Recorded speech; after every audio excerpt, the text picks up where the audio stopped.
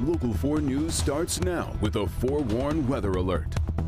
Well, welcome everybody to Local 4 Live, and you're going to know why we are in a forewarned weather alert as soon as you step outside today. It's going to feel like triple digits here in Detroit as the city actually celebrates its 324th birthday. Right now, it's already 76 degrees in Detroit. Let's take a look over in Belleville right now, where jumping in that lake probably seems like a great idea. It's a little bit cooler at 74 degrees outside, but that will change. And if you want to take a jump at any of our Great Lakes, take a look to see how hot the lakes are right now. Still cooler than the temps we're actually expecting today, but those lower spots in Lake Erie, Michigan, Huron, nearing 80 degrees. Well, welcome to Local 4 Live, everybody. I'm Nick Monticelli. This is the one and only Ashley Barresi. Hi. Hey, this is going to be a brutal one today. And I don't say that, off the cuff. This could be dangerous. Right. For those that work outside or are doing any kind of strenuous activities, I mean, even sports for kids. Yeah. I mean, this would be dangerous if you're not staying hydrated, not taking breaks, especially in the shade, because we're going to have the sunshine to go along with this. So heat, humidity, sun, we're cooking out there. Is this the kind of day where we would probably maybe cancel outdoor activities, cancel the practices, maybe?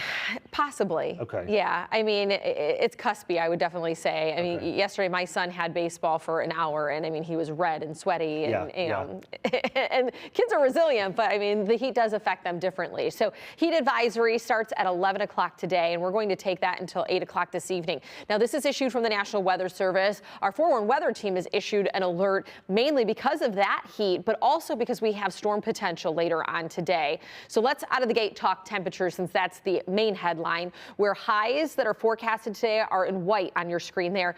Widespread 90s, low to mid 90s will be the air temperature. But now that humidity is creeping in, we're baking in the sunshine, that feels like temperature will likely be above 100, right about 102 as you get closer to Metro Airport. So warmest day of the week that we have on tap, but we're not getting a break from the humidity anytime soon. And heat and humidity, well, that can create instability. And we do have a marginal level 1 risk for strong to severe storms to develop. So you see entire southeastern Michigan under that level 1 risk in green.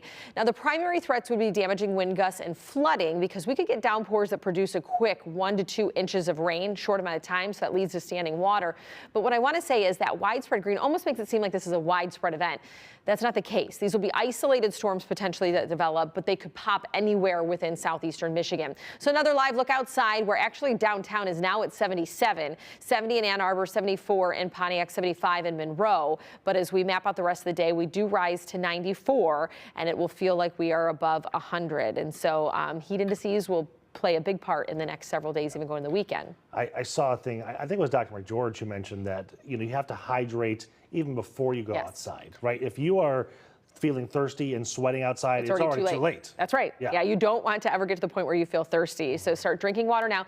I was also mentioning in our earlier shows that maybe you drop that thermostat early this morning before we even get into the heat advisory, like cool off the house early, because a lot of areas might get the interrupted service when we're in that really, peak heat of the day, or it's going to cost you more. So you could save yourself some money by running the AC early today. Good tips. Okay, Ashley, thank you so much.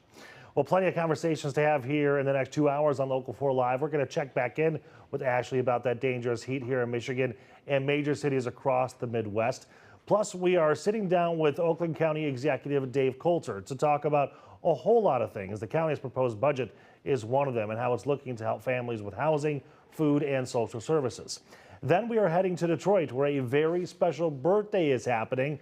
We're going to take a deep dive into the history of the city as it celebrates 324 years. Well, as I just mentioned, we are talking with Oakland County Executive Dave Coulter in just a few minutes. We do want to hear what questions you might have for him this morning. You can scan a QR code there right on your screen. What questions do you have for him? You send us the questions, we'll ask them, he might answer it. We'll see how it goes. All right, so let's get to the headlines this morning. I-94 at French Road on Detroit's east side is now back open this morning. Around 5 o'clock, traffic was routed to the shoulder after a U.S. Postal Service semi-jackknife. Again, that stretch of the freeway just reopened a short time ago. We're also expected to learn more about the heartbreaking loss of an Oakland County road worker killed on the job. Cedric Jones was working on Orchard Lake Road between 10 and 11 Mile in Farmington Hills when he and 2 other workers were hit by a car in a construction zone. According to Farmington Hills Police, the driver was in the south lanes before crossing over the median and then hitting all 3 men. That driver was also taken to a hospital for injuries. No word yet what kind of charges he's going to face. We'll be talking with our crime and safety expert Darnell Blackburn about that story coming up at 8:30. Also in court today, a Pontiac mom accused of abandoning her 3 kids is trying to convince a judge to dismiss this case. Kelly Bryant is facing a list of charges, including child abuse. Bryant's attorney is saying the judge abused her discretion moving the case to trial. Bryant is also charged with stealing benefits meant for the kids. She's due in court this afternoon. We'll let you know what happens, but she is out on bond right now.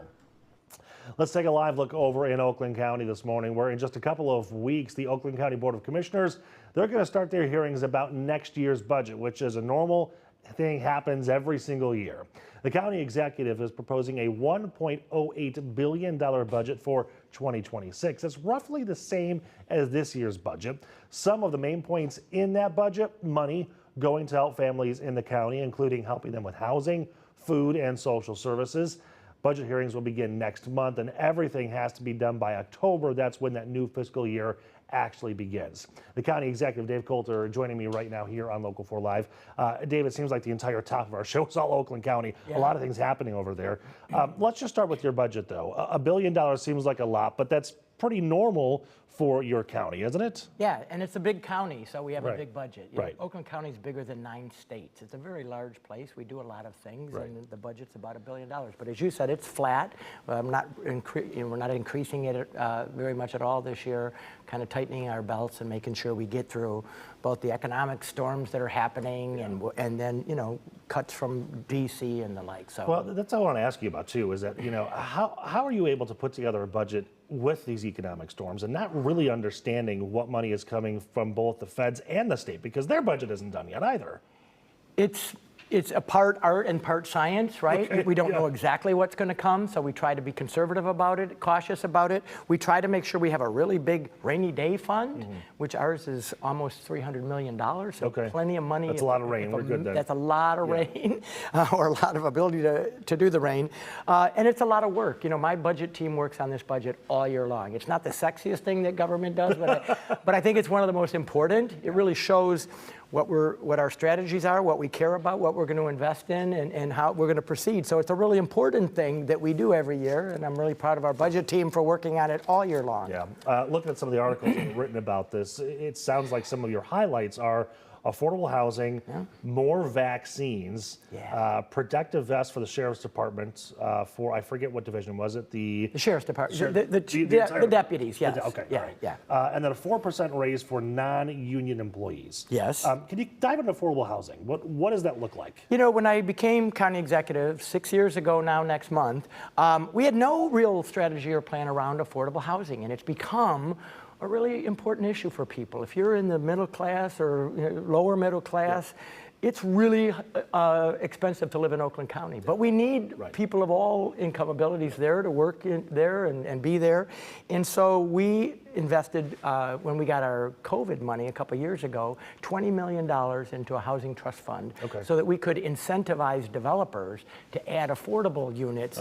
So we're not building housing. You don't want to get in the construction business? I am not in the construction business. That would not go well, I don't think. But we do give loans to developers if they set aside a certain amount for affordable housing, market rate housing. And we're not talking Section 8, the government stuff. We're talking just affordable market rate housing so that more of our residents can afford to live in the county and participate. So on that note then, how do you hold them accountable? Because we have seen many times in many projects say, we're going to have some affordable housing here, and then it seems to go by the wayside once the project gets up and running. Yeah, no, they have to sign contracts with us. This is a loan with lots of folks, lots of lawyers involved. I have a housing division that monitors this on a yearly basis. So the oversight is significant. Excellent, more vaccines.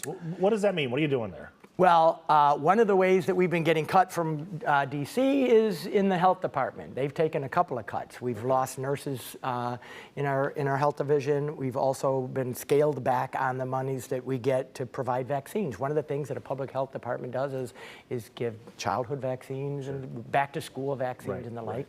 and they've been scaling back on that. So we had to, for the first time since I've been county executive, add $300,000 to make up the shortage in the vaccines monies that we're not getting from DC. When you don't get that money, where do you find it? Do you dip into that rainy day fund, or do you get because because we don't use the rainy day fund for like ongoing expenses, okay. So we have to cut somewhere else. I mean, literally, that's the trade-off. When we lost the nurses, that was a $3 million grant. We weren't able to find an extra $3 million. We had to let those people go. So it is a challenge, and it's kind of on a weekly, daily basis where we're finding out these things. We just found out last 2 weeks ago that we're not getting, and this is a much smaller grant, but the Sheriff's Department isn't getting an $80,000 grant so that we can for Marine Patrol on the lakes. Right, which actually right now is incredibly important. Is incredibly important, right. And unfortunately, and I don't want to, point too much fingers at DC, but we don't get any notice of this. We don't get any discussion. Hey, where could we trim? It's just boom, this is gone. Tomorrow you have to figure out how to pay for it. So that one is smaller, so we'll figure that one out. But $3 million for the nurses, we don't have that. So it's an ongoing challenge that all units of government have, really. Okay, we'll talk more about that, and then we're also going to talk about some road safety. We're going to take a short 90-second break, and we'll come back just a moment with Oakland County Executive Dave Coulter.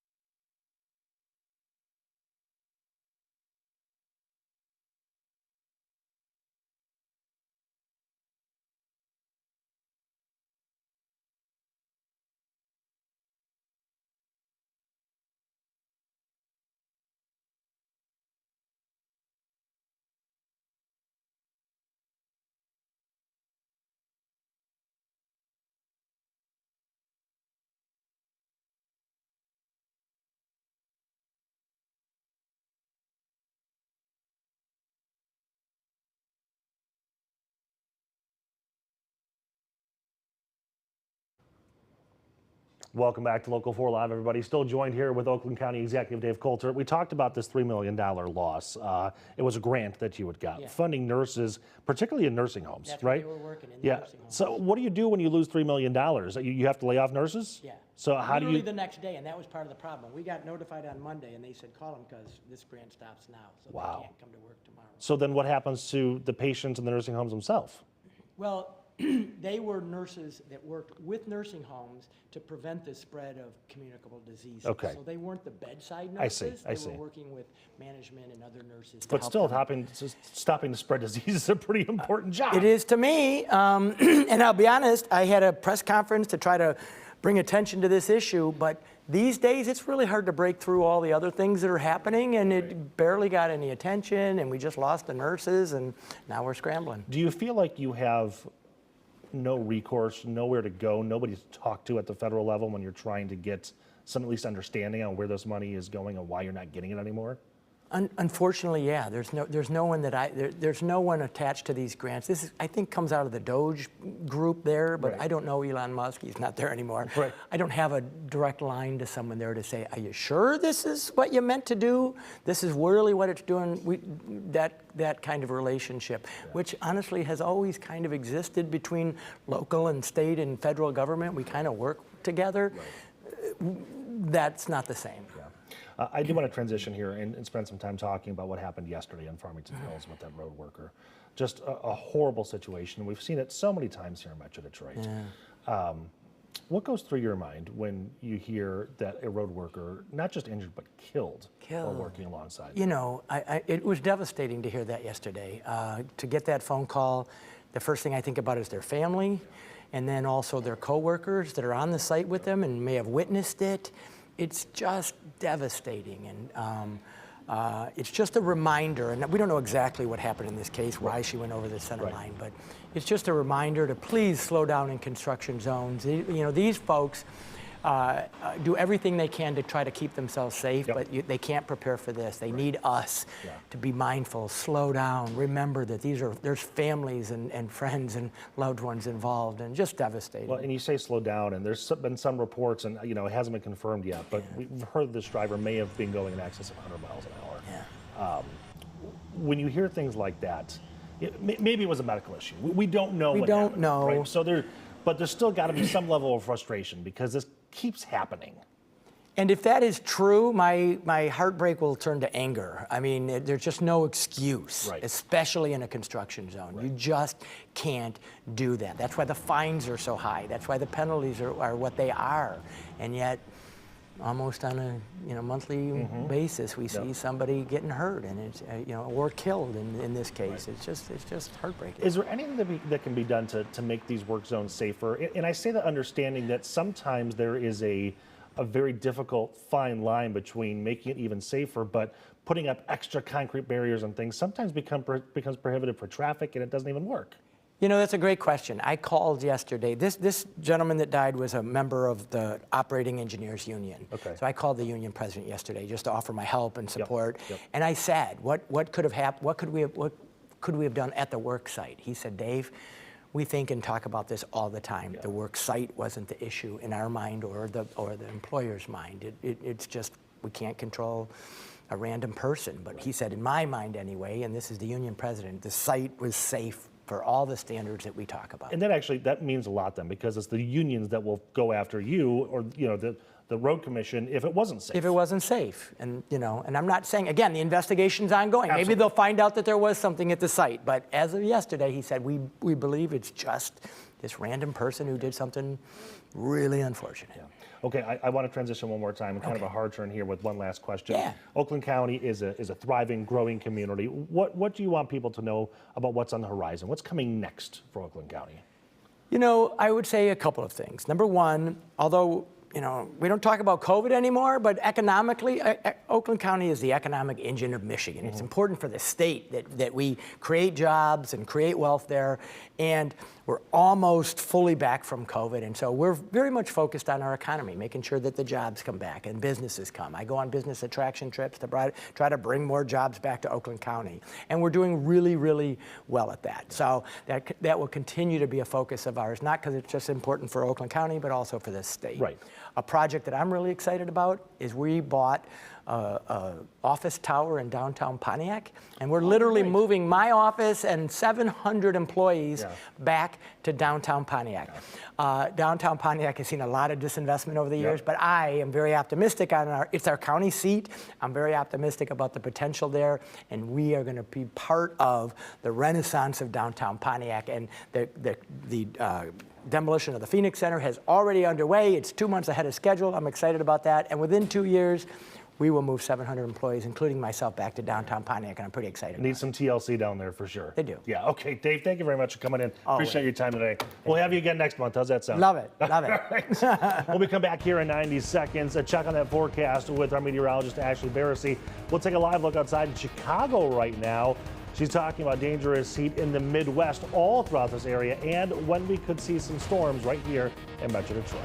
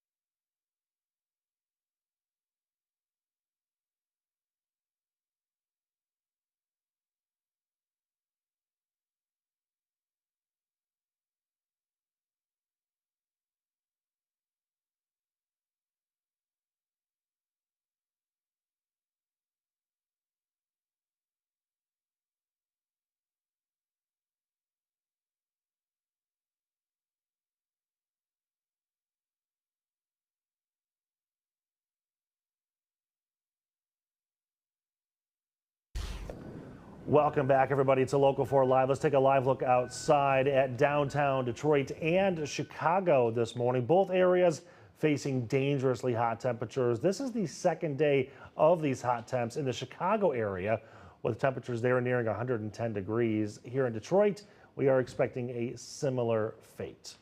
Ashley is Doesn't here. impact that spider on the camera. I know, right? Not yet, anyway. We'll probably feel it eventually.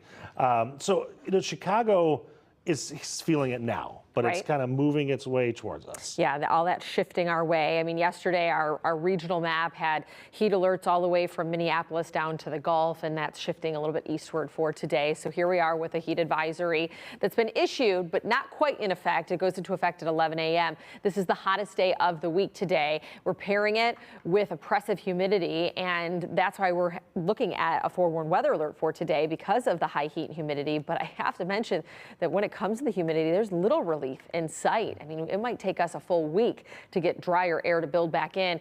And then, of course, with that heat and humidity, enough instability that there will be storm chances as early as this evening, and we could have possibly some strong to severe storms. But out of the gate, I want to talk about temperatures, because those temperatures will be in the 90s this afternoon and feeling like 102. Oh, we got some action going on in that camera there. It's doing what it wants. I know. It's trying to get out of the heat. Exactly. The heat's making it go wild. All right, so we will be into the upper 80s tomorrow, so a little bit of a break, but that's still above average, and those heat indices are likely staying in the 90s. So you get the picture that we're going to be at above average, just hot and humid stretch for days, but today is the worst of it. So heat advisory 11 a.m. till 8 p.m. That's for all of southeastern Michigan that you see on the map there. And temperatures at this hour are widespread 70s, but 70 on the nose in Ann Arbor, which is comfortable. But I mean, check out Howell at 79 degrees, upper 70s to the east, and even Lapeer at 79. So we're just shy of 80, and it's not even 9 o'clock in the morning. That's a 10 to 20 degree upward swing in temperatures from this time yesterday. The sun's beaming down over us, so that's going to make it feel warmer. And as we head into the afternoon, I mean, mid 90s, mostly sunny, but the storm chances really don't increase until we get in the later part of the afternoon and early evening. And that's going to be, I've been calling it a 1-2 punch. Now, the second one might be a swing and a miss. It has to do with the timing, and we'll get to that in a second. Heat risk, major across a good portion of the region. And just a quick look at that humidity. All that green, yeah, that's the muggy stuff. That's next Friday, Nick. That's not tomorrow. It still that's just next hangs out? Friday that it finally pushes south. Whew. Get a couple of fans and blow it out of here. Yeah, right. So that's what we're dealing with humidity-wise. Now let's talk about storm chances. It's a marginal level 1 risk for strong to severe storms. If we see something develop, it's not widespread. It'll be isolated, but it could produce damaging wind gusts over 60 miles per hour and a heavy downpour that leads to that flash flooding. You know, about 1.5 inches to 2 inches of rain in a short amount of time can't be ruled out in pockets. But when I say that, one area could get that, and then another area doesn't see any rain. It's one of those setups for today. And we do have a model that brings us in earlier by 4 or 5. And if we see it at that point, this will be more robust because we're in the peak heat of the day. But I've been trending with this one. It's a little bit later, which means that you just get more of these isolated pockets through the evening into the overnight, which would be a little less severe than the more robust model. But I'm transparent. I want folks to know there's still a little uncertainty with how the afternoon evening shakes out. But look at those highs. We're hovering right around 90 until Wednesday of next week. The lowest temps 85, and overnight lows are on either side of 70. So you can't even really give the air conditioning a break at night for a week. It's just working overtime. I know. If you're going outside, take an umbrella, not for rain. Yeah, that's right. All right, Ashley, thank you so much. We're going to go back on the TV side here in a minute for a quick Local 4 update. But then at 8:30, a conversation with crime and safety expert Darnell Blackburn. We're going to talk about safety in construction zones after that road worker was killed on the job.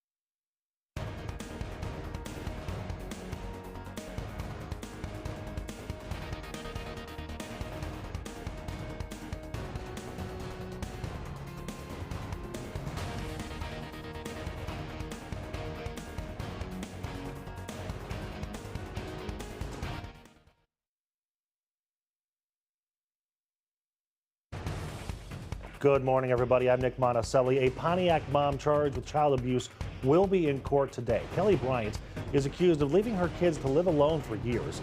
Her lawyer is trying to get a judge to dismiss this case, arguing the judge abused her discretion to move the case forward to trial. Bryant is also charged with stealing benefits meant for the kids. She is due in court this afternoon.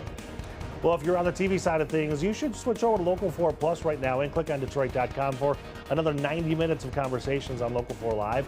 Next, Darnell is going to talk about road safety after that Oakland County road worker was killed after a driver hit him in a construction zone. Plus, Dr. McGee in the house about trying to cool yourself down in this heat. And today is Detroit's birthday. Next, we're going to talk about the city's 324-year history. Ashley is also going to come back and look at your forecast in just a few minutes. Keep it here on Local 4.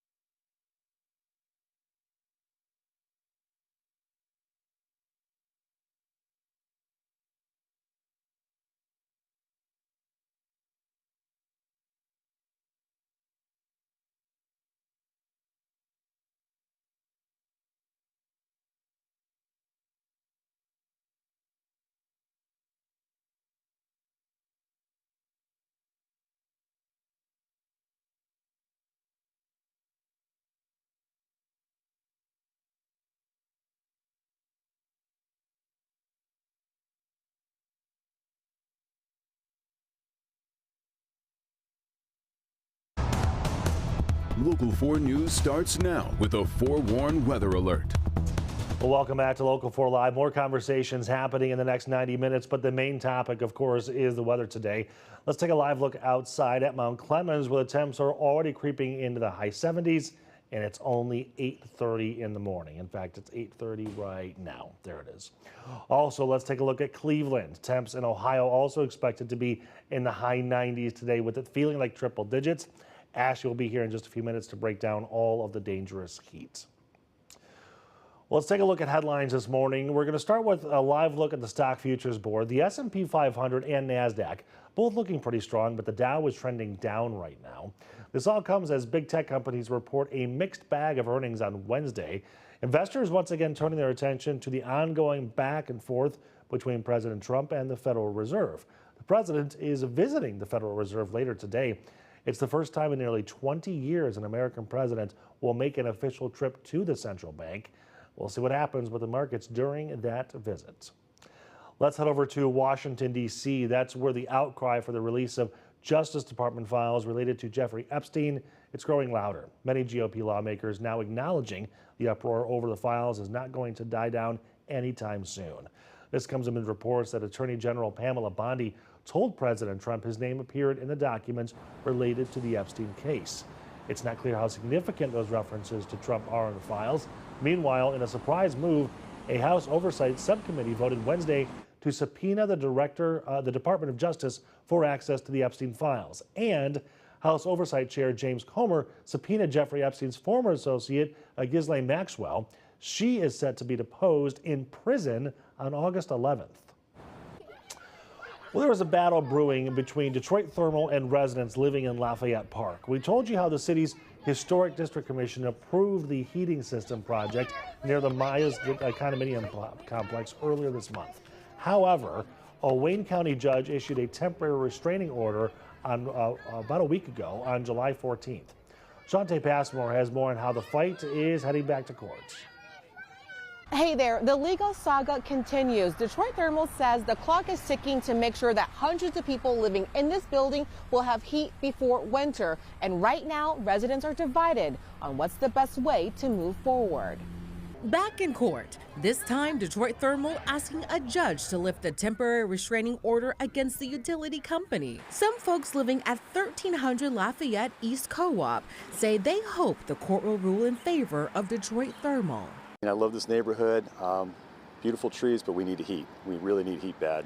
Residents at the 1300 building tell Local 4 they relied on costly temporary boilers for heat over a year. So what has other residents living in Lafayette Park so steamed about the project? Some neighbors are worried about where the steam vent would be placed, right next to the playground. They also cited concerns over the pristine landscape, including trees. Prior to the Historic District Commission's decision earlier this month, Detroit Thermal updated its plans to eliminate ventilation stacks, preserve trees in the Mies Cooperative, rely on the expertise of a certified arborist for landscaping, and keep construction away from the playground.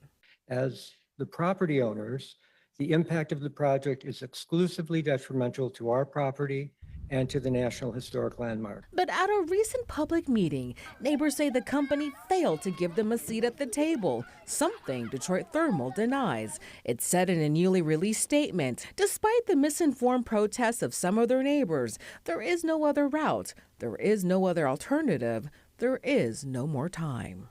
And so here is why this court hearing really matters. According to Detroit Thermal, if it doesn't jumpstart its work before August 4th, it says it won't be able to upgrade and reconnect the 1300 building to its heating system before winter. The company reports that would affect more than 600 people. We're in Detroit. I'm Shante Passmore, Local 4. Shante, thank you. Now, here's a story we've been following for months. Radioactive waste from World War II being dumped into a Wayne County landfill. That's no longer the case. People living near Wayne Disposal in Van Buren Township sued to keep the waste out. They've won. Instead, the waste now will go to a site in Texas. There's still some concern over the landfill trying to expand its facility, but the State Department Eagle has to review that request before it gets the green light.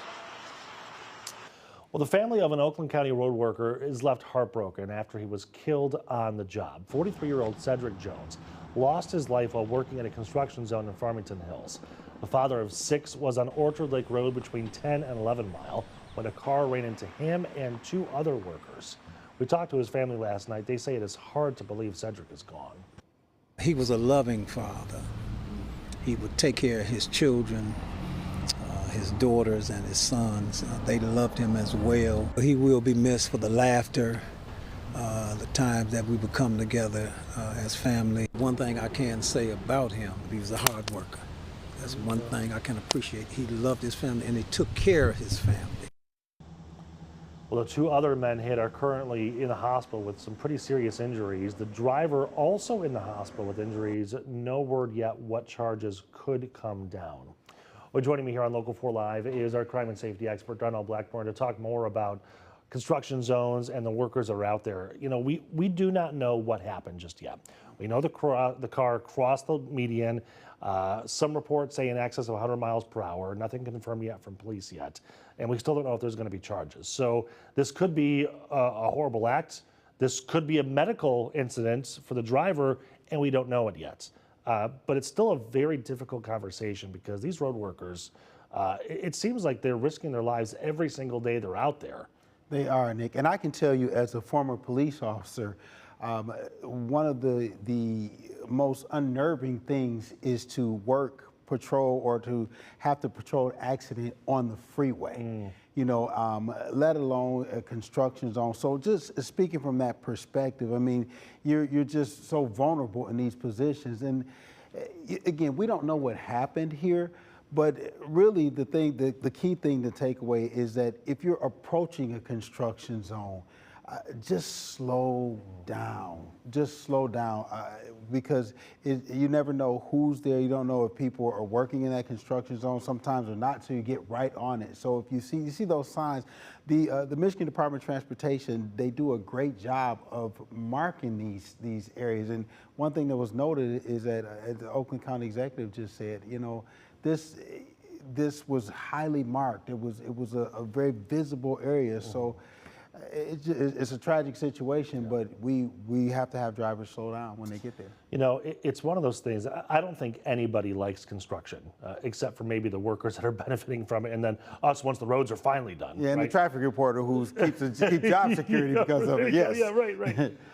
But everyone seems to be a looky-loo in these construction zones, and things always slow down.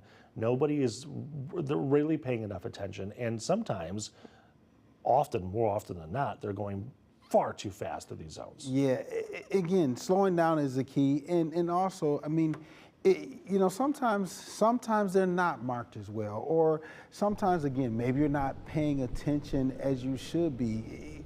We have to be aware of our surroundings, and one of the things that we have to do too is, if you are coming a construction zone and somebody's in the right lane, they're working, if you can't get all the way over to the left lane, just move over a lane. You know, just give the construction workers, emergency workers, police, fire personnel the space they need to be safe and for you to be able to stop safely. Yeah, so as our traffic guy, what's your best advice when you're getting to a construction zone? Obviously you want to slow down, try to move over, maybe just avoiding it altogether, even if it's adding 10 or 15 minutes to your commute. Absolutely, or really just expect there to be backups. Yeah. Expect there to be a backup and sudden stops. That's really the big key. The key thing is expect that you may be going the posted speed limit and all of a sudden, that's why we say slow down 10 to 15 miles under the speed limit because of that. Right. So expect it.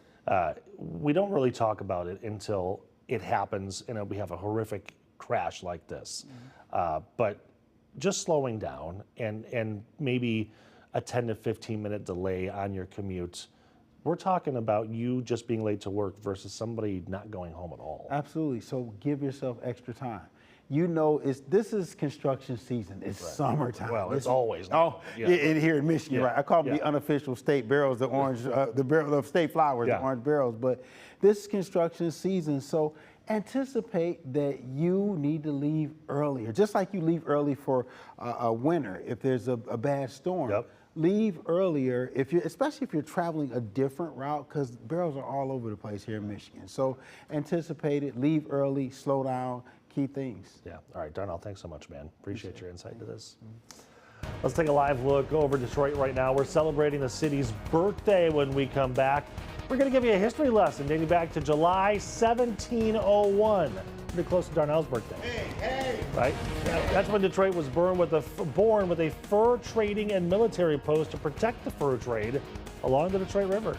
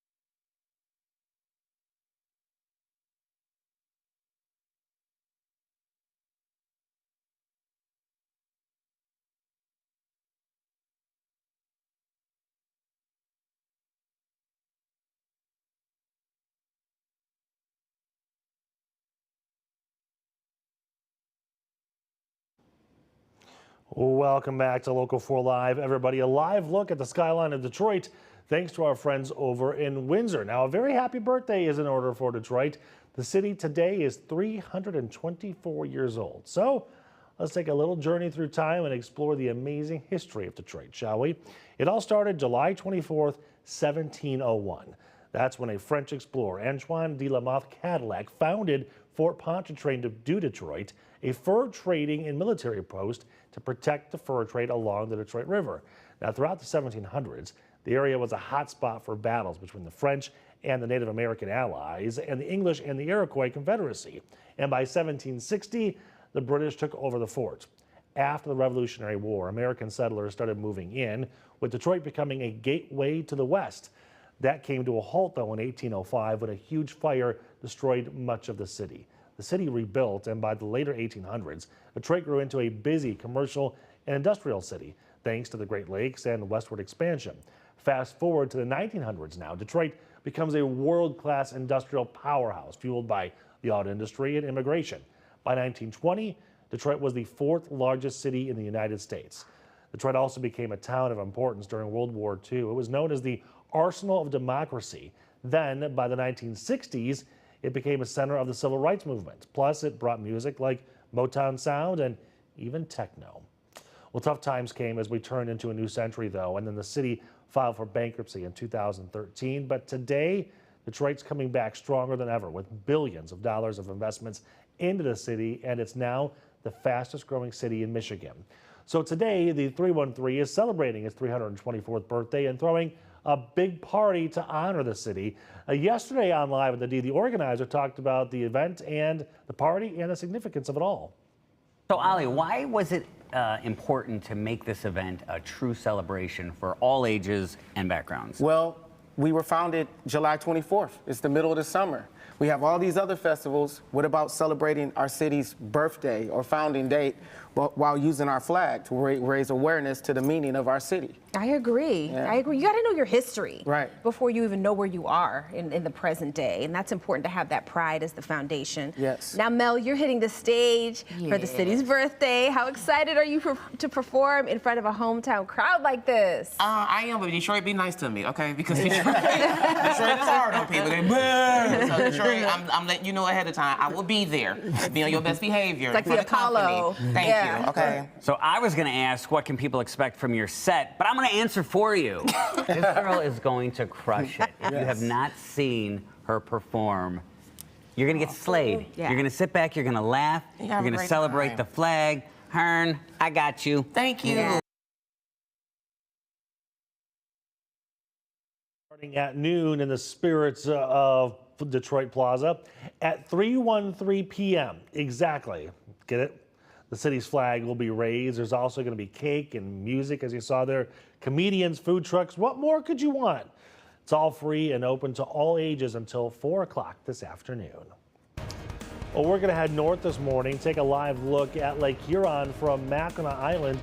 When we come back, Ashley is going to track that extreme heat that will definitely make you want to jump into a lake or maybe just stay inside.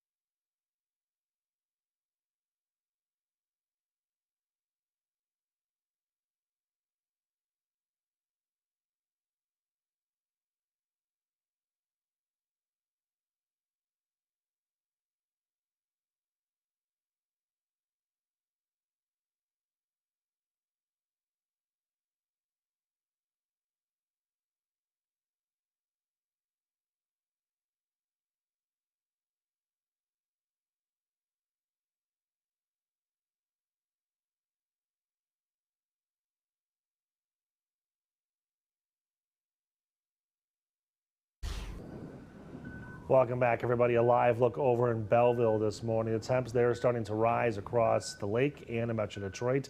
Seems like jumping into the lake is a great idea, as long as you can swim. It's about 77 degrees in Belleville right now. Let's head further west, though, to Lake Michigan on the west side of the state. This is the Holland State Park camera, maybe, eventually. We'll get there eventually, producer Mary says. We'll keep looking at Belleville, though. Holland, though, apparently is about 81 degrees, which makes sense because, oh, there it is. Oh, good old lighthouse. Good old lighthouse in Lake Michigan, Holland State Park.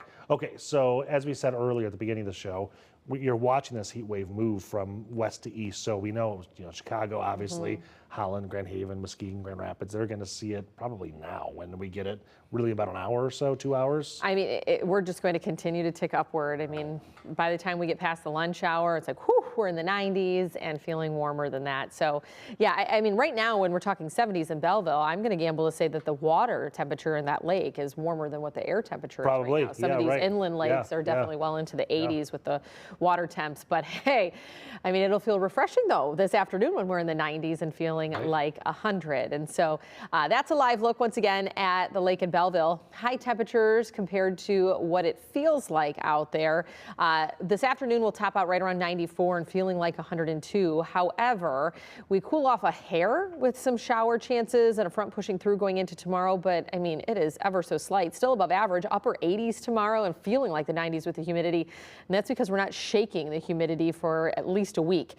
Heat advisory, that goes into effect in just over 2 hours. And so we're talking 11 a.m. until 8 p.m. for all of southeastern Michigan due to the high heat and humidity with those feels like temperatures in the triple digits.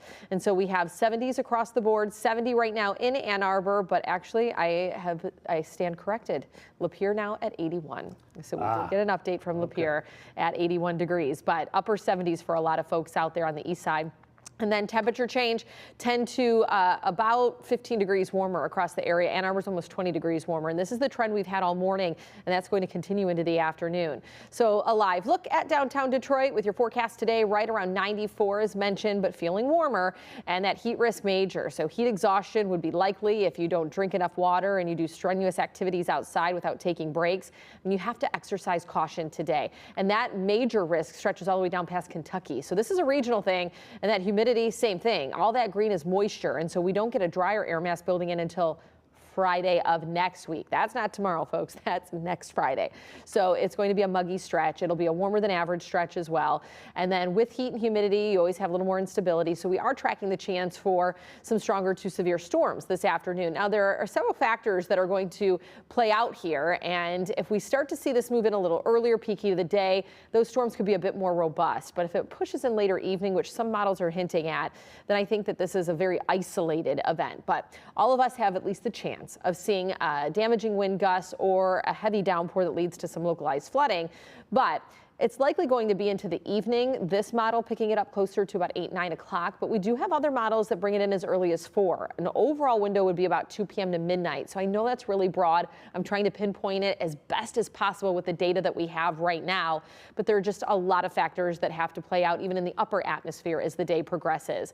You see this frontal boundary, that's going to stay just along the state line and then drift farther north as a warm front going in the weekend. That brings us more chances for storms, probably non-severe, but some heavier showers and non-severe storms for your Saturday. Slight chance going into Sunday. So an off and on pattern over the next several days. We don't dip much in temperatures. Coolest day of the next 7 is next Wednesday with a high 85. And those That's the coolest day. That's the coolest day. And those overnight lows are on either side of 70. So you can't even open the window and allow cooler air to come in. And even if it did get a little cooler with that humidity, you don't want that humidity in your house either. So I'll be in Belleville Lake for the next week.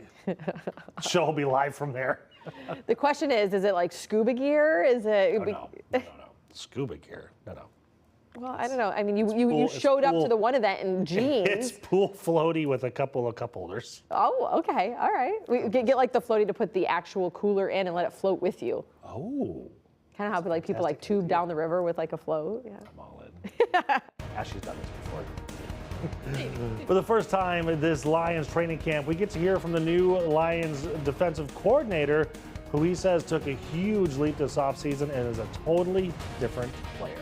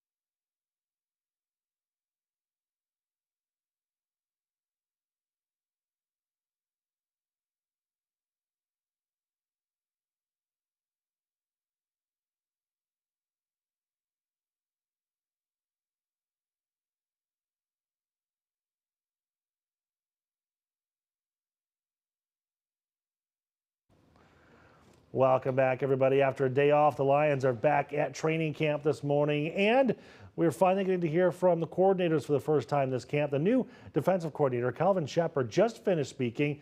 Here's some of what he had to say. I kind of want to open up today by saying, I want to give credit to the players. I know we're early in training camp right now, but I wanted this to get out there. Not sure if anybody was going to ask me this, but these guys have bought in 110% to the culture that we as a defensive staff have brought here this spring. We talked about relentless effort, finishing on the ball, trying to force some more negative plays, turnovers, things like that. And these guys have been all in. I know we're only 3 practices in, but I think the effort, the finish has been absolutely outstanding.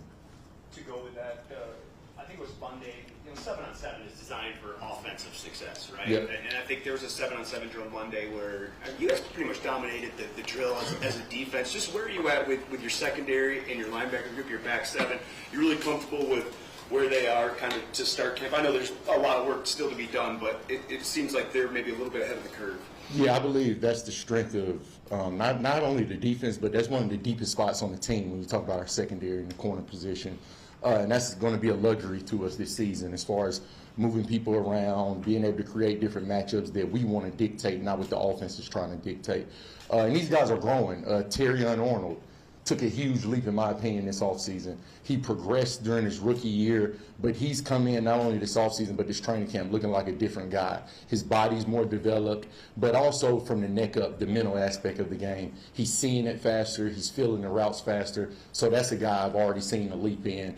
And I've been anxiously looking forward to Rakestraw getting back out there because he's a guy in the spring that you saw taking that next step as well. But with guys like DJ Reed, Amik Robinson leading that crew, showing them how to work, showing them how it's done, I think we're headed in the right direction for sure. Dan said on the radio that this is Jack Campbell's defense. With Alex dealing with a lingering hamstring issue, how have you seen Jack deal and take ownership of the defense? I think you look back late last year when Alex ran into the forearm issue and the injury that he sustained at the back end of the year.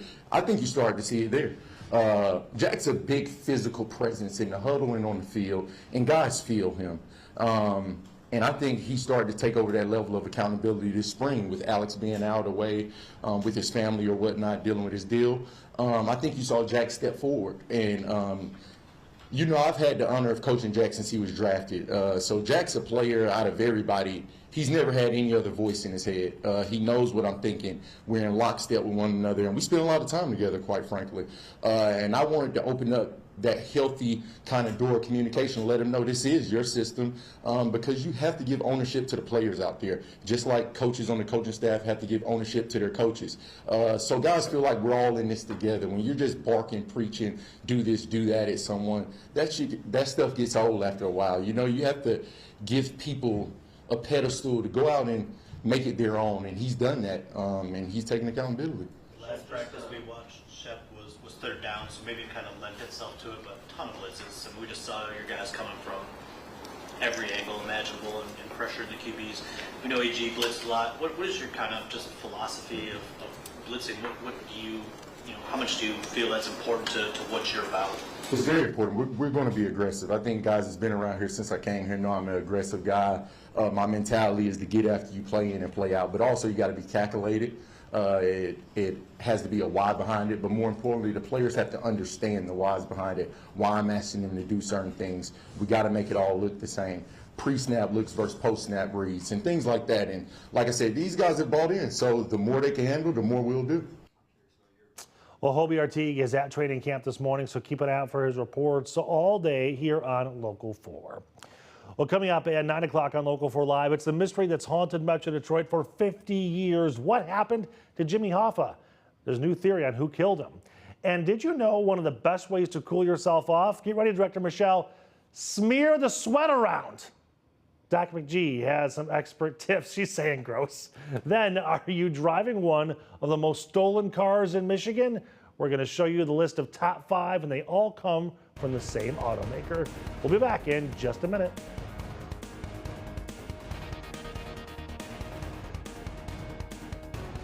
See, I'm here to see.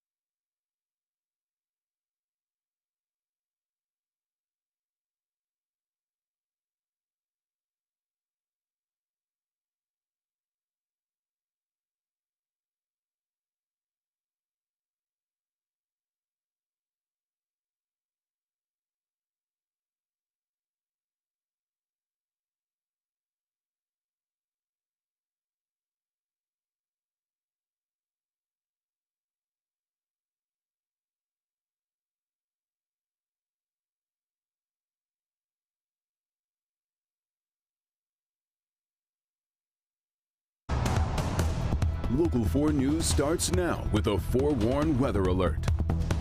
And you're going to know exactly why we have this forewarned weather alert. When you step outside, it feels like a hot one, 100 degrees. That's what it's going to feel like outside. Actually, it's 80, but it's going to be a toasty one. We're not the only ones dealing with this heat, though, as you take a live look in Cincinnati. Much of Ohio and the Midwest under a heat advisory all day long. In Cincinnati, temps will feel like they're also about 100 degrees. Well, oh, that's my fan? Yeah, I'm fanning. Thank you. Thank you. I mean, he's cool, but he's not that cool. I have to cool him down. Welcome to Local 4 Live, everybody. Actually, I did notice this morning when I walked in the building, it was very cold. I'm like, why is it so cold in here? I'm like, oh, they're prepping for later on in the day. That's what's going on. Right, and so even though we might shiver inside, it is not a bad thing. I mean, I was actually giving that advice for your home. I mean, because you're going to get to the afternoon hours where the AC is not going to be able to keep up with it. Right. You might get the interrupted service. Right. So just start now by cooling it off. I mean, if you have AC, yeah, definitely maybe put the thermostat a little bit lower for now. And then also shut the blinds because that huge factor. Sun makes a big difference. Some people forget about that. Yep, yeah. Shut the shades, close the drapes, get it all, black it all out. Yeah, if you have a fan, make sure the ceiling fan's going, circulating in all the right direction. That's right.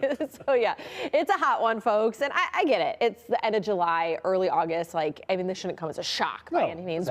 We've been in this territory already this summer, but you need to be aware because if you work outside or you have outdoor plans with your kids, well, especially even the kiddos, you don't want them to overexert themselves if it's Little League night, soccer, whatever it might be. So heat advisory goes into effect in less than 2 hours until 8 o'clock this evening, and that's for all of southeastern Michigan. And that has to do with not just the high air temperatures, which we'll get into the 90s, but the higher humidity leaving us with heat indices in the triple digits. So that's what it's going to feel like out there. And when you're sweating and you have that high humidity, your body just can't cool off like it normally would if you had lower humidity. And so that's what makes it dangerous and leads to heat exhaustion. High temperatures across the board will likely be in the 90s. We had a couple 90s pop yesterday closer to the Lake Erie shoreline. The rest of us were in the 80s. But today, widespread 90s, and a lot of us feeling like we'll be above 100. Now, we also have a marginal chance for strong to severe storms today. This will not be widespread like the temperatures, but we will have isolated storms that develop later on this afternoon and evening. Now, some models are pushing it a little bit more into the late evening. Some pull it around the dinner hour and beyond. So there's still a little uncertainty with the timing, but I can at least tell you that the later part of the day, there's a chance for storms that could produce damaging wind gusts and some heavy rain, leading to some isolated flooding. And so that's going to be the storm chance, but a quick look outside right now where it looks beautiful.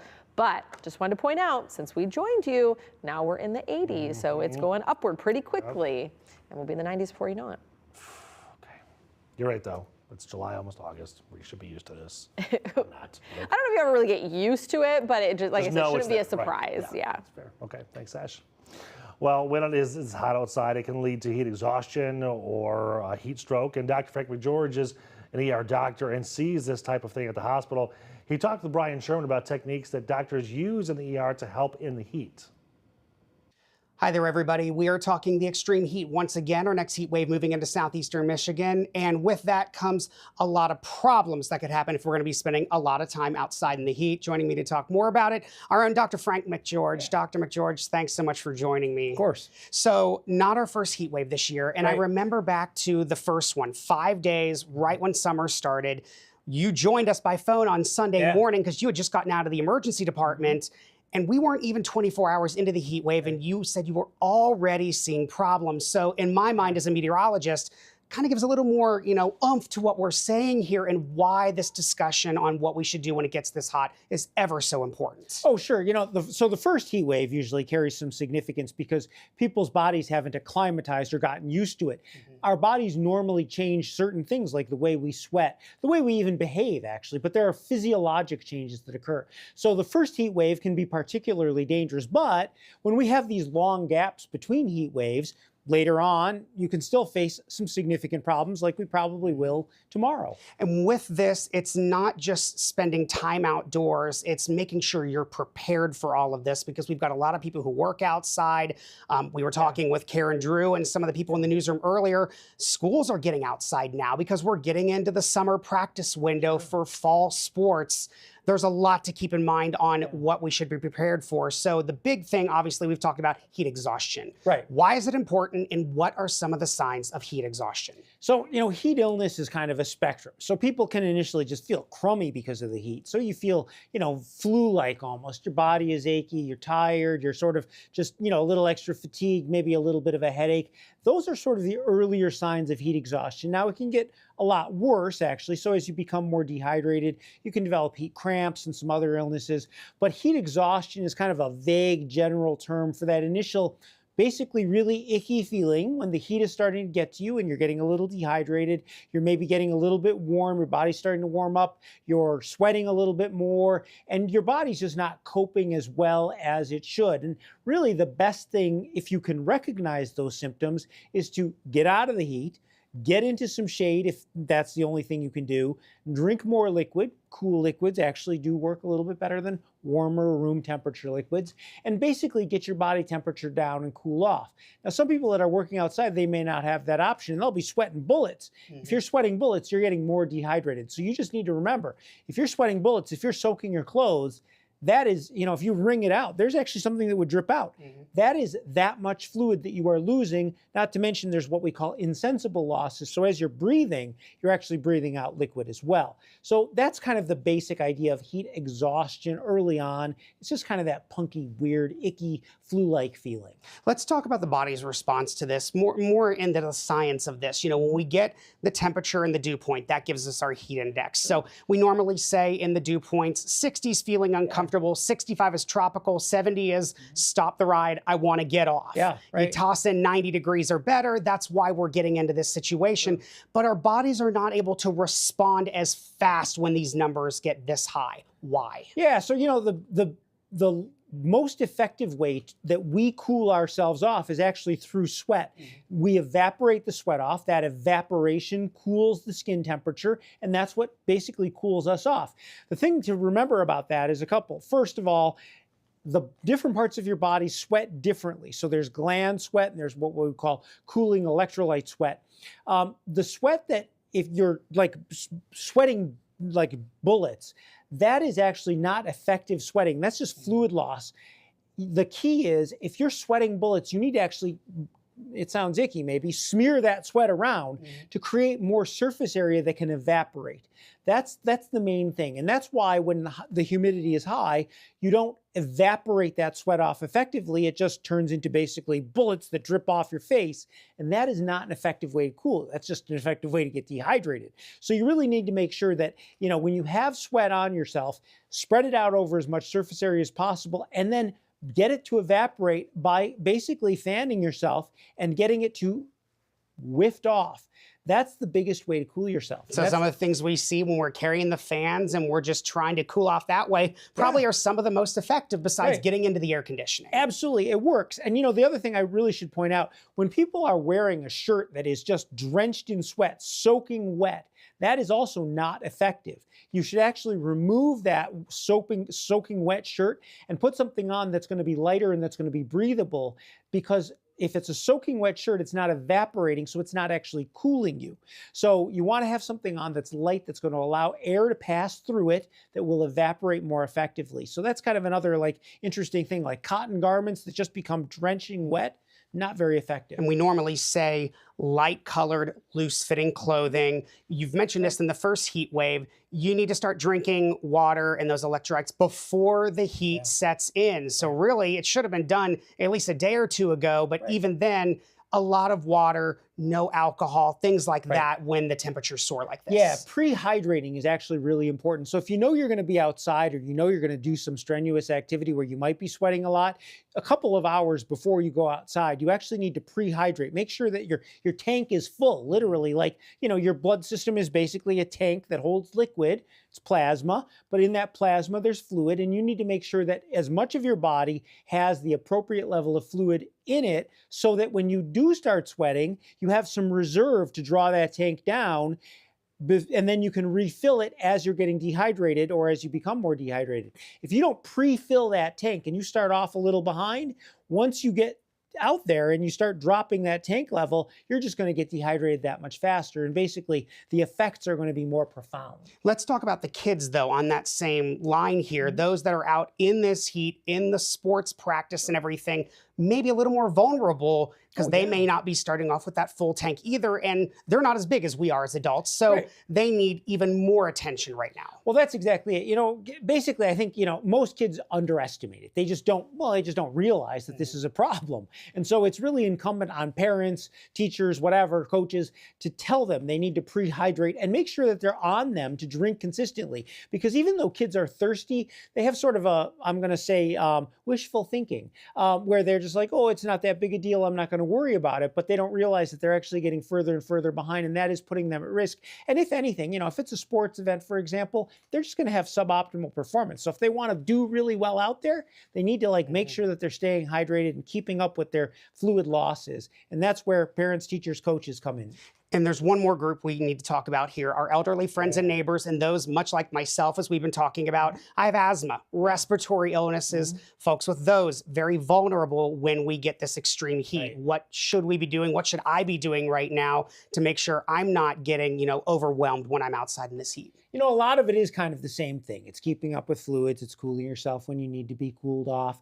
You know, in the case of respiratory issues, the heat puts an unusual strain on your cardiovascular system because basically as your cardiovascular, your blood volume begins to shrink, the fluid in your body begins to decrease as you're sweating and losing fluid. Well, that means that your heart has to pump harder. If your heart is pumping harder, that's putting more strain on your heart, but it's also actually putting more strain on your lungs. So it's putting more strain on your cardiorespiratory system, and that is going to, in the case of an asthmatic or in the case of someone with, let's say, heart failure or underlying heart disease, that's going to increase their risk of worsening. So it may not be fatal, but it's going to make them very uncomfortable, and it does have the possibility of tipping over their process into something that is much worse than we would like. A lot to talk about and a lot to think about when we go out in these temperatures and everything. Dr. Frank McGeorge, thank you so much for joining me. Obviously, a very important topic to talk about. We still have a lot of summer left, and we even see 90s we hit once school goes back, late August, early September. So. Yeah, and you know, a final thing I would point out, you know, like we're making a fuss about it because the heat index is, you know, going to be 103 or whatever it is. But the truth is, just on hot, humid days in general, even if it's just 95 hot and humid, you should pay attention to the heat anyway. Like, you don't need a big red flag to say, hey, heat's bad. Yeah, a few days ago, we were still into the 80s and heat index values are into the 80s. I'm stepping outside and I'm like, oh, it's still hot out here. So it doesn't take a heat advisory or a forewarned weather alert day for this, but just good common sense as we head into the summer. 100%. Dr. George, thanks so much for talking with me this morning. We appreciate it. Pleasure. We'll send it back to you. All right, Brian, Dr. McGee, thank you so much to both of you. We're going to keep an eye on the weather all day here on Local 4 Plus. But here's what else we're working on for you throughout the next hour. Let's take a live look in Southfield, where police are giving an update on a human trafficking bust this afternoon. Also, a woman being held against her will and not even knowing what state she's in. We're going to talk about what we know and are expected to learn today. Then, if you can believe it, next week marks 50 years since Jimmy Hoffa disappeared. There's a new theory emerging about what happened to the Teamsters leader. We'll talk all about that. Also, see if the car you're driving is the most stolen car in Michigan. We're going to reveal the top 5, and they all come from the same automaker. Any guesses? We'll show you the list when we come back.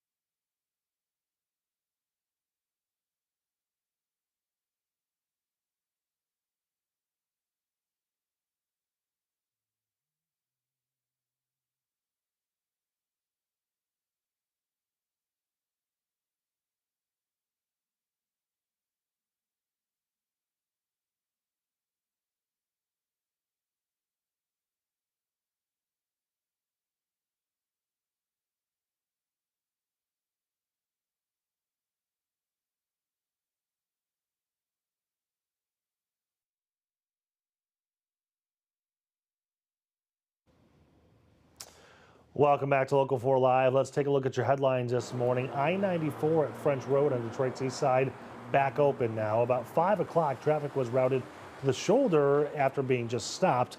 This was because a semi jackknifed. Again, the stretch of the freeway just opened a short time ago. Happening today, we are expecting to learn more about a human trafficking investigation in Southfield. A woman coming forward with a harrowing story of human trafficking spanning 3 states. Police say the alleged victim told them she had no idea she was in Michigan.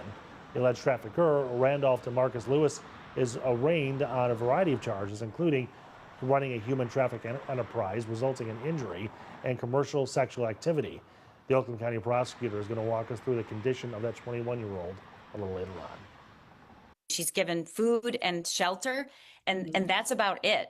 And so she would have the victims are in a place where they don't know where they are. They don't have a home.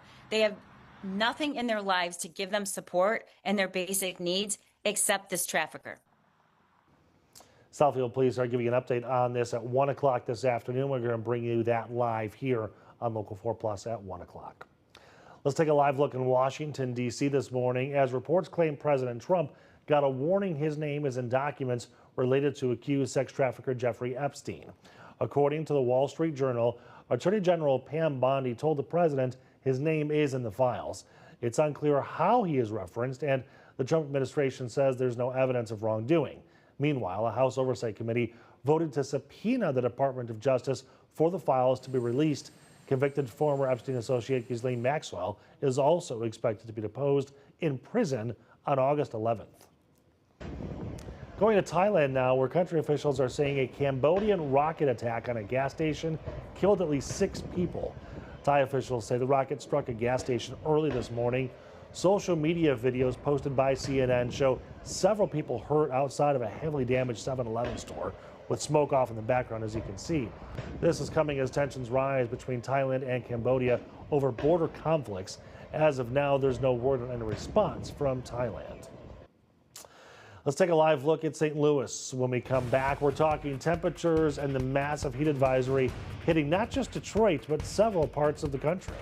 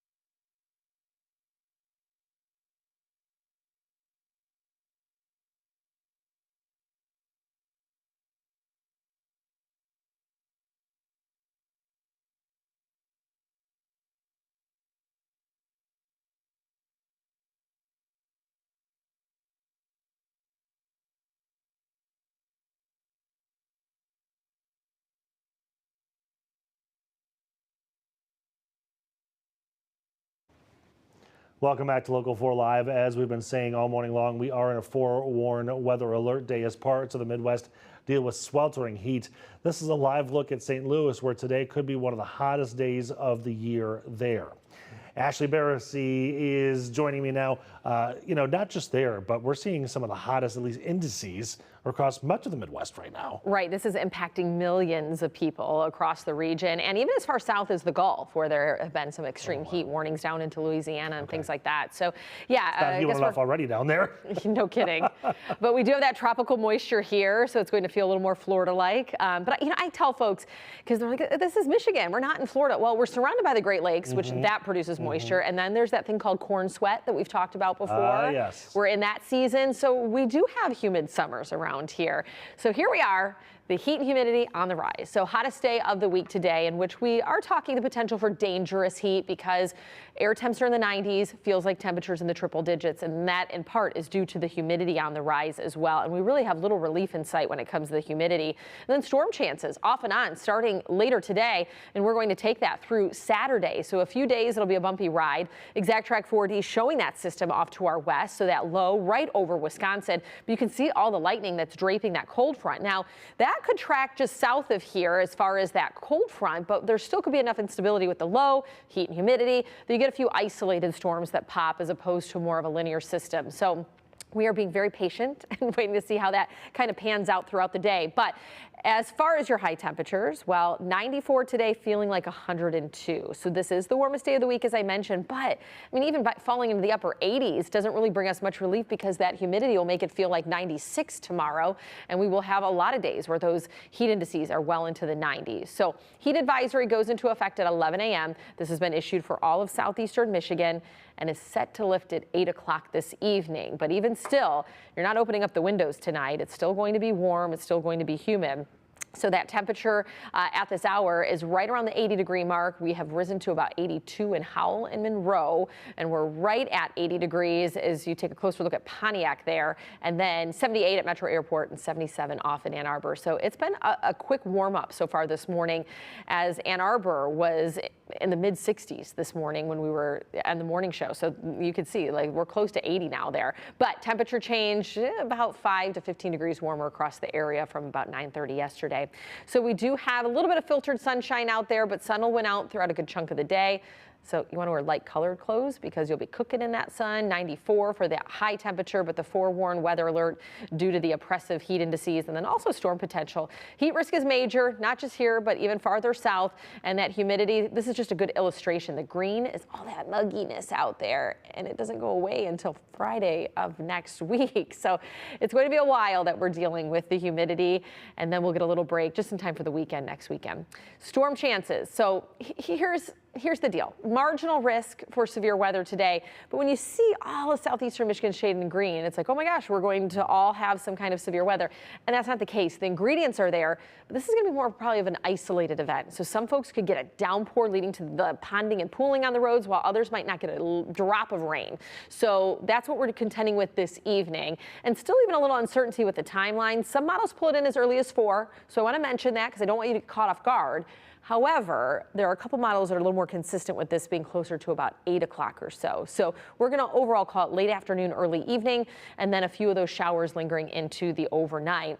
Broad view of what we're tracking for the weekend. We have just this frontal system that stays south of the area, but will eventually this weekend lift as a warm front, and that brings more energy to the atmosphere, more rain and storm chances, probably non-severe storms as we head in the later part of your Saturday, and then just a slight chance come Sunday. So temperature-wise, you see 94 is the warmest day, but we do have another 90-degree temperature on the board there. We're flirting with 90 almost every day. So the coldest day of the next 7 comes next Wednesday, and that's a high of 85. And overnight lows are on either side of 70. So that AC, it's going to be on overdrive for a while. The heat index, all the storms on the forecast, I'm out. I'm with you, and I feel, I feel for the folks that don't have air conditioning. I mean, start making your plans to go to a local library, try to hit a splash pad, all those type of things. But even folks that do have AC, like I'm always just so paranoid, like that's when my air conditioning is going to go out, is when we have like a heat index of 100. And make sure you're checking on your loved ones and your neighbors, especially if they don't have the air conditioning. Check on them. Maybe let them come over for a little sleepover. There you go. Yeah. All right, thanks, Ash. When we come back, we're going to get in some of your national headlines, including a woman who was saved from a bear attack by her Apple Watch.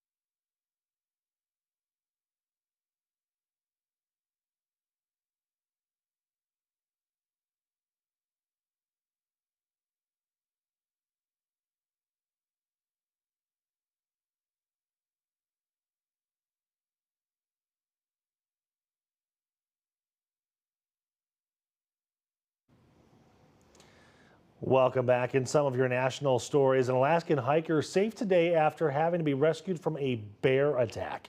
Rescue crews say the woman was alone in a trail hiking system when the animal started mauling her. She was able to call for help by using her Apple Watch, telling police she couldn't move. Rescue crews got to her using drones. Police say that woman was taken to a hospital and is going to be okay. Tesla is reporting a double-digit drop in earnings for the second quarter following a record sales drop. The electric car company has adjusted net income, showing a drop of $419 million from 1 year ago. Sales of its best-selling Model Y and Model 3 fell 12% compared to a year ago. Meanwhile, sales of its more expensive cars, including the Cybertruck, plunged 52%. Experts are saying the drops are from backlash from CEO Elon Musk's political activities and increased competition for EVs.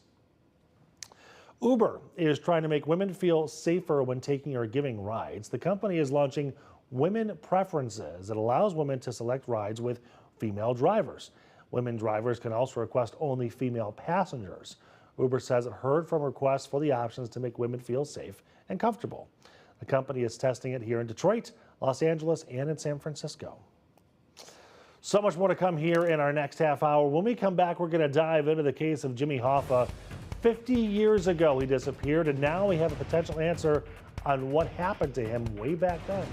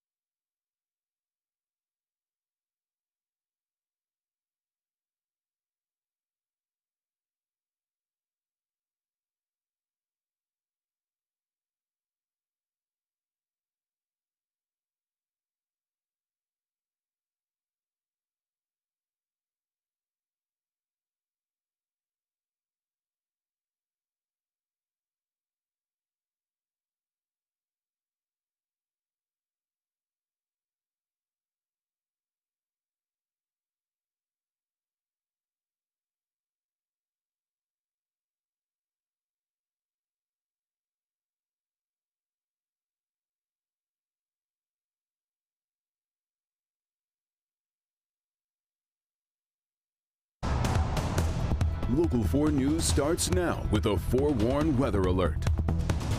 We are issuing this forewarned weather alert because of the extreme heat we're experiencing in Metro Detroit. The whole area in a heat advisory from 11 until 8 o'clock today.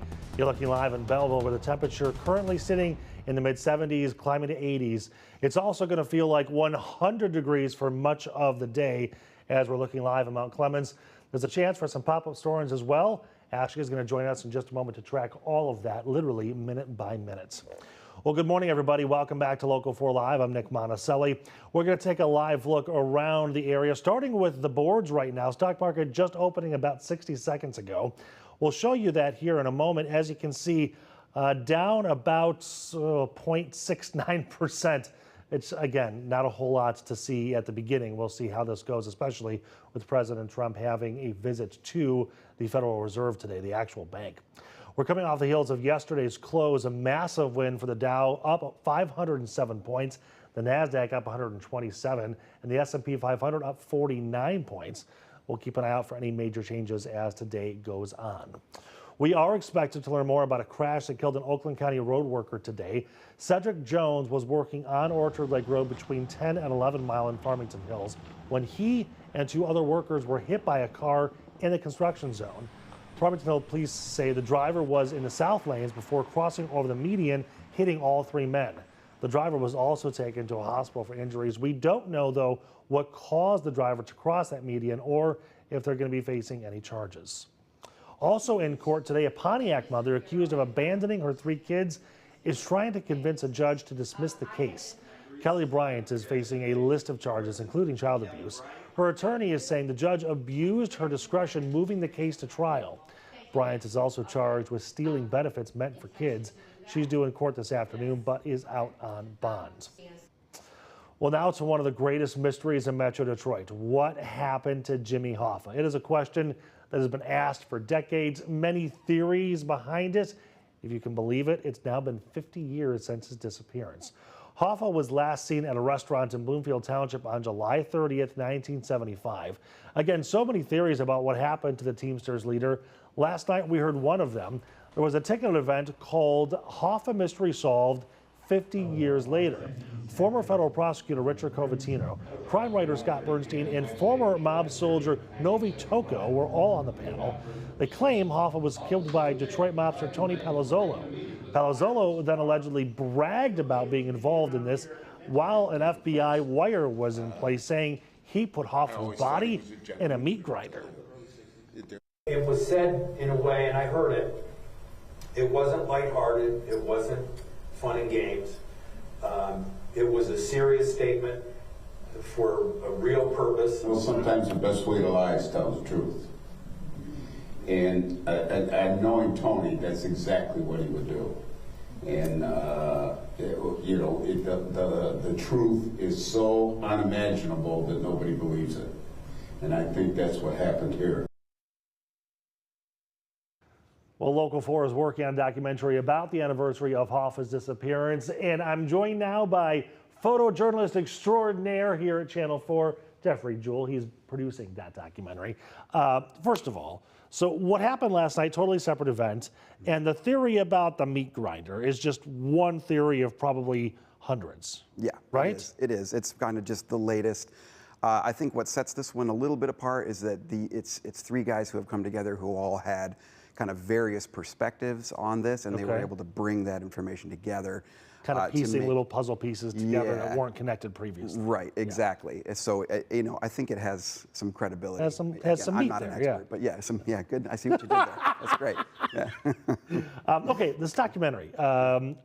Did the idea come because we're 50 years, let's put something together? How'd this all start? It did. It actually started several years ago. I met a woman who grew up in this milieu. Her dad and her grandfather were both Teamster local presidents up in Pontiac, and they were closely connected with Hoffa, and possibly associated with some of the other, criminal elements, other things happening surrounding this. Yeah, exactly.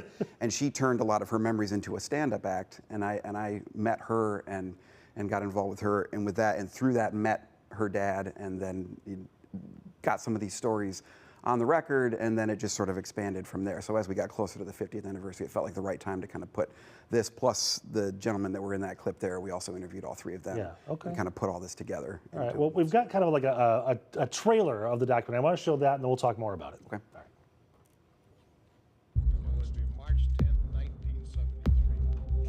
At one time, Jimmy Hoffa could have shut this country down. As the union grew, his power grew, and as the power in the union in Hoffa grew, the mafia grew. It worked really well until it didn't. It was always known that you could get Teamster money from the pension fund here in Detroit for projects if they were big enough, as long as you were willing to do business with certain people. I think the allure that someone could go missing that was high profile. Because there's no body, the reason that the mythology keeps on building and feeding on itself is because there's no body. And I had a member of organized crime in Detroit say to me in the years before he died, if we had to do it all over again, we would have left him in the middle of Telegraph Road. Do I know what happened to Jimmy Hoffa? Yes, I do. But the government knows who done it, and I know who done it, but I ain't telling. It was the perfect crime. It really was. It was the perfect crime. They were making it so everybody thought something different. If I was guessing, he probably was cremated. Now, I'm much more confident as to who did it, why, and what happened to Jimmy Hoffa.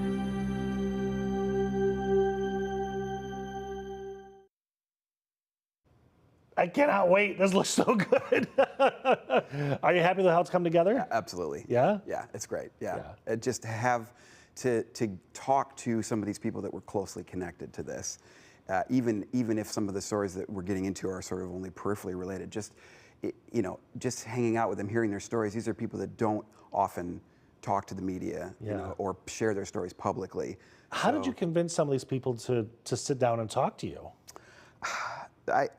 You're just such a good-looking guy. That's probably it. Yeah. I'm very charming when I want to be. I have my theories. Partly I think this story, just because it has lingered in the public's imagination. Yeah. People feel like maybe if they talk about it, it's sort of will give them some publicity, notoriety as well. There's that element I think that's connected to that.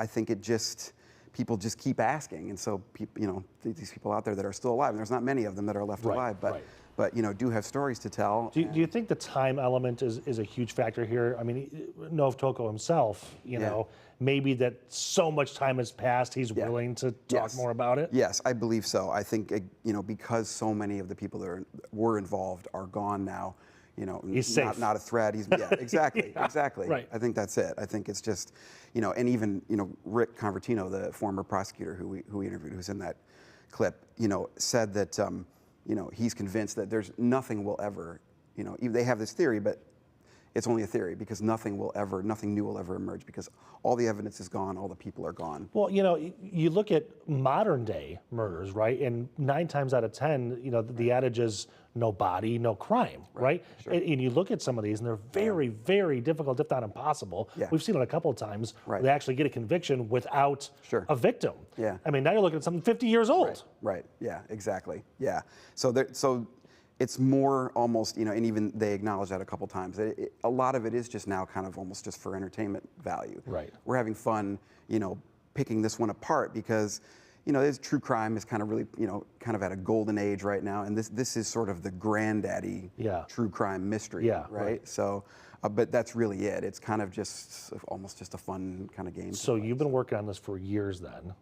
Yeah, off and on. Yeah. Which theory do you buy most? Or do you not want to reveal it yet? No, that's a fair question. I mean, again, because these 3 guys, have done so much of the work, and were able to come together and put these pieces together. I feel like theirs probably has the most credibility. I mean, for some of the more famous ones, I mean, they're ridiculous, buried under the end zone, at Giant Stadium, or in the RenCen, or, some of the other things like that were clearly, and even, some of these guys even were privy to information that said that some of the people involved spread these false theories. Right, just intentionally. Intentionally, yeah. Right. So I think this one, seems that's being the meat grinder one. Yeah, Okay. and just the who and the why and that kind of thing. I think it just, especially with the players that are closely linked to it. Exactly. That we can talk to now. Exactly. Okay, and one last thing for you. If we'll say maybe that theory is true, but is the body? Let's ignore that theory. Yeah. Is the body still around, or was that destroyed? Just get rid of the evidence. Yeah, I mean, again, I think that just. That would have been the smartest thing, right? I mean, leave the body. So, right. And several members, again, of organized crime that we've either talked to or gotten information from indirectly have said that the body was gone by 5 p.m. that day, July 30th. That all the digs and all the searches over the years were totally pointless because the best thing to do would have been to make sure that there was. Right. Well, then you destroy the evidence too. Exactly. So I can't wait. Okay, Wednesday, 8 o'clock. Wednesday, 8 o'clock. Right. All right. Good job, man. Cool. That's Thank awesome. You. Yeah. Very cool. Okay, when we come back here, we're going to go to Lions training camp as it gets going again. Then, are thieves targeting your car? We'll show you the list of most stolen cars in Michigan and the top 5, all made by one of the Detroit Big 3.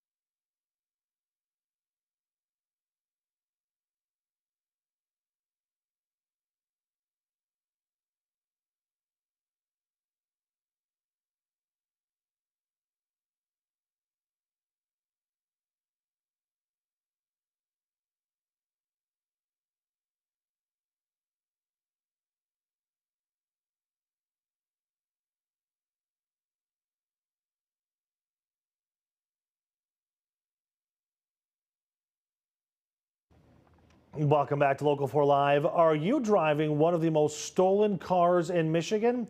According to the financial website Finance Buzz, the Jeep Grand Cherokee was the most stolen car in 2024. They compiled data from the National Insurance Crime Bureau. The rest of the top 5 also made by Stellantis. That includes the Dodge Durango, Dodge Charger, the Ram 1500, and the Chrysler 300. Nationwide, the Hyundai Elantra and Sonata topped that list. After a day off, the Lions are back at training camp this morning, and we got to hear from the new defensive coordinator, Kelvin Sheppard. He just finished talking. Here's some of what he had to say about the first few jobs on the month, or few months. I'm curious about your first 6 months on the job as DC. I mean, something you've been rooting for the last couple of years, and sort of the next step in your coaching climb, I guess. What is the reality versus what you maybe thought it would be? The goods, the bads, whatever, everything that you've dealt with so far. I want to give credit to Dan Campbell and Aaron Glenn because it's exactly what I thought it would be, and I'm humbly saying that. I don't feel overwhelmed. I got asked by somebody close to me yesterday, do you feel any overwhelmed? Do you feel discomfort? I've never felt that, and that's a blessing to be able to say that in my first year and my first 6 months of doing this, and I credit my staff for that. When you look down the row of my staff, it's everybody from guys that's been around me 20 years and was my roommate in college, that's August Mangin, Caleb Collins, I coach with at LSU, work close with, to guys that's coached me, Dave Correa, Casey Rogers, to guys I've watched while I was playing, Jim O'Neal, Deshae Townsend. So it's not like it's a rookie staff by any means. 2 guys on my staff are former coordinators. These guys, and it's an open floor. It's not, and I told the players the other day in the defensive unit meeting, this isn't my stuff I'm saying. This is our stuff. So I'm not ever going to stand up here and say like I'm some genius guru and I invented football. I allow my staff to have ownership in their respective positions. I allow input from everyone from top to bottom. And if there's a why behind it, it's going in. And these guys know that. So I think that allows them to work harder. The trust is there. There's no looking over your shoulder. I don't have to go in position rooms and wonder what's being said. I know it's one voice. And when you have that level of comfortability within your staff, I'm able to do more of my coordinator stuff versus looking over people's shoulders. So I just want to give a lot of credit to my staff. Success of somebody like Aaron Glenn. Obviously, there's going to be questions. People are going to be wondering, can you continue that? But what, from your perspective, what can fans expect from your unit, this year? What type of football do you think they should be playing this year?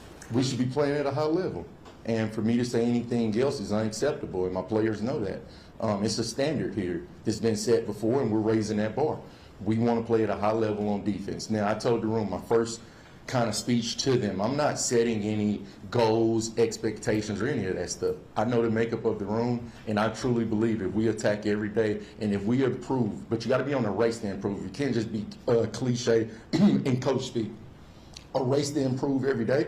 I think we can turn into a dominant unit, but it's a lot of things in between now and when you get to that September point that we have to progress. It's development, it's learning curves, and everybody's on a different arc of the curve. You got guys like Aiden Hutchinson has been in this thing, and I told him, he's trying to put himself in position to have an all-pro year. Then you have a guy like Ahmed, who I'm extremely excited about, but he's just trying to figure out what's the A, B, and C yet. So it's different guys on the curve, and us as coaches, it's our job to meet those guys exactly where they at and make sure everybody's at that bar where the Aidens, where the Brian Branches, and all these guys are expected to be. Kirby mentioned yesterday raising the standard. You've kind of mentioned giving the players ownership. How much easier is that to do this year, maybe as opposed to in years past when some of those guys were a little bit younger, haven't played as much football? I wouldn't say it's never easy, because when you do that, it has to be a level of trust there. And before you can have a level of trust, it has to be a level of honesty. I tell these guys my 3 pillars: honesty, trust, accountability. Can't have one without the other. And I think it starts with being honest, having open dialogue within the room. And that's not calling people out to pick on somebody or somebody laugh or make fun of. It's a learning environment. It's healthy when you're honest, open. Everybody can walk in their own shoes, be exactly who they are, and you see growth and development. And I'll repeat this, not only with players, with coaches. And I'm seeing that. And once I see that as a coach, that's when that door opens and you start to give freedom. You start to give leeway. Whether they mess up or not, you have the open door there so they feel comfortable to go do it. Then you can correct it after the fact. Well, Hobie's going to be at training camp this morning, so keep an eye out for all of his reports on Local 4 and Local 4 Plus throughout the entire day. Let's take a live look at Cleveland right now. Major heat is on the way, not just for us, but them as well. They're also under that heat advisory. We're going to take a closer look, plus break down all of our temps when we come back.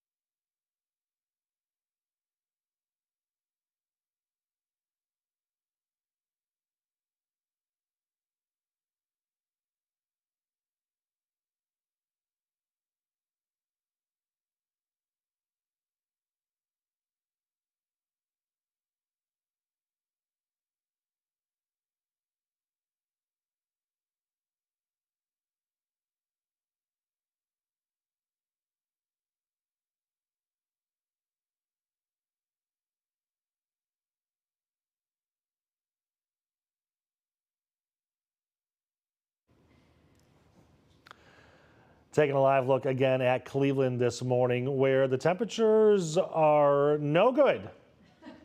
That's the best way. That is a scientific meteorology term. It's no good. No good. It's no good. Parts of the Midwest dealing with sweltering heat. Cleveland isn't doing much better. Starting midweek, the heat index readings there were expected to flirt with 100 degrees today. The National Weather Service issuing that heat advisory not just for Cleveland, but most of the Midwest, and that goes until 8 o'clock tonight. The meteorologist, Ashley Barris, is here. The most important one is no good. Oh, thank you. This is no good. But no as good. you said multiple times, it's July/August in Detroit.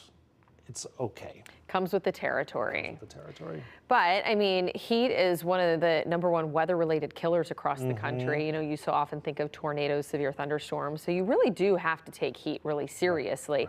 But the great part is there are ways to handle it that can be fun, enjoyable, the pool, the lake, splash pads. So it's all just about, you know, being ready for it, and that's what we're here to. That's what Ashley is here for. We're here to help you plan around it. So this is the hottest day of the week today. And it's not just the air temperatures, it's going to be that oppressive humidity. So that has built back in. You can feel how muggy it is as you step outside already. And we have very little relief in sight when it comes to the humidity, as that likely will be sticking around, those high dew points all the way into next week. Says the area can wear, but storms today potentially, and then we will have off and on chances as we head into the early part of the weekend. So here's a little look at what's ahead as far as the chance for storms. You see all that development off to the west. Now that cold front that's just south of that low, that could track south of here, which would be good news for our, you know, chance for storms, that we would dodge that. But the low pressure, you pair it with the heat and humidity, that's enough to trigger some of those storms heading into the later part of the afternoon and evening. So we'll talk more in detail about that in a second. I do want to really emphasize these temperatures because the 94 forecasted high today will feel more like 102. And like I said, not much relief in sight. I mean, the temperatures do slide upper 80s tomorrow, which is above average for this time of year. Definitely improvement from today, but above average. And those feels like temperatures will still be well into the 90s. And so it's going to be a warm and muggy stretch of days. But heat advisory is just for today. It's from 11 a.m. until 8 p.m. for all of southeastern Michigan and, as Nick mentioned, a good portion of the region. And temperatures at this hour range anywhere from about 84, which is our warmest spot across southeastern Michigan, being clocked in Howell and Lapeer, to those upper 70s. Ann Arbor usually trends as our cooler spot, and even that is 77 degrees. And so we'll continue to warm things up with that sunshine, southerly flow of air. And as it stands right now, we're anywhere from about 5 to 15 degrees warmer than where we were just before 10 a.m. yesterday. So pretty much blue skies out there as we were taking a live look at the Detroit River, but 94 that forecasted high under mostly sunny skies. And so you'll be cooking out there. It is a great day to jump into the pool. And if you're going to be outside, try not to wear dark colored clothing, because with that sun, that's going to really make you feel even warmer than what it is. But the heat risk major from southeast southeastern Michigan down towards Kentucky, and that's because of the high likelihood of heat stroke or heat exhaustion if you don't take those breaks outside and stay hydrated. A look at the humidity. All that green is moisture. That's mugginess. I don't know if that's a word, but I'm making it a word. Mugginess. Yep. And then it pushes south of here. Friday of next week, not tomorrow, Friday of next week. I just have to emphasize that. So marginal level 1 risk for strong to severe storms across southeastern Michigan later today. Breakdown is if we were to see something severe, it would probably be an isolated wind gust or 2 over 60 miles per hour and some heavy downpours. But some folks might not even see a drop of rain, while others could pick up a quick 1 to 2 inches of rain that leads to ponding when it comes down that quickly. So flooding would be an issue. The best chances, though, are this evening. We have some models pulling it in as early as 4 or 5 o'clock, but a couple models are more along the lines of this timeline here. About 8 o'clock into the evening, a couple isolated storms that could reach severe limits and some scattered rain and some storms heading into the overnight. And then we'll be a little quieter to start tomorrow, but we do have a chance for more development in the later part of the day. All has to do with that boundary layer just kind of hovering close to the state line, and then that lifts as a warm front. So by Saturday afternoon, we're looking at another shower and storm chance, and then that trailing cold front could bring a little bit more of that rain going into your Sunday morning. And so slight chance of some more storm development in the second half of the weekend, but otherwise, temperatures are on either side of 90 all the way until next Wednesday, and we only dip to mid-80s at that point, and those overnight lows average out close to 70 over the next week. So it's going to be a warm stretch. You know, what's challenging is that I've sat through and listened to your forecast 4 times now throughout this show, and every time you show this, I'm like, it's. I know. I still haven't got it. I know. Like if you can only sprinkle like a day or 2 in there where you just get like that nice break. Right. I know, because it's that time of year like you want to be outside with the kids. Right. But you don't want to break a sweat 2 minutes just sitting outside with your kids. And they overheat too. That green blob of humidity to go away, you know, much sooner than next Friday. Yeah, because honestly, the earlier part of yesterday when it was warm, before that humidity started to build in, it wasn't really that bad. But the later you got into the evening, it's like you said on the West Coast, it's a dry heat. You can handle the dry heat. I mean, it is. You lived on the West Coast. You can handle the dry heat. Yeah. Sometimes. Thanks, Ash. When we come back, we're going to check in with Tati from Live at the D to see what's happening on Live at the D. Plus, your final vote, or your final votes. Oh my gosh. Your final chance to vote. It's almost Friday. It is almost Friday. On a new shark at Sea Life, Michigan. I'll show you in just a minute.